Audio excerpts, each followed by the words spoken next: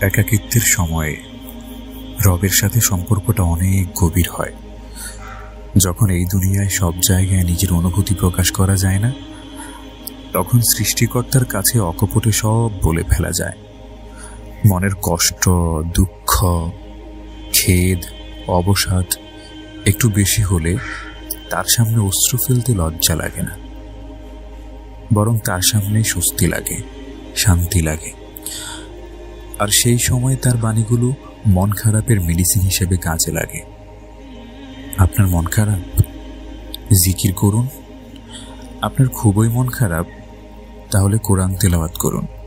সূরা বাকারার শেষের 2 আয়াত তেলাওয়াত করে দেখুন কতটা শান্তি লাগে মনে। আপনার আল্লাহ আপনাকে কখনো ছেড়ে যাবেন না। আপনার আল্লাহ আপনাকে কখনোই ছেড়ে যাবেন না। আপনার আল্লাহ আপনার জন্যই যথেষ্ট। আপনার মন ভালো করার জন্য তার কাছেই দোয়া করুন। তাকে বলুন দুনিয়াবি জিনিসের জন্য আপনার মন কখনোই যেন খারাপ না হয়।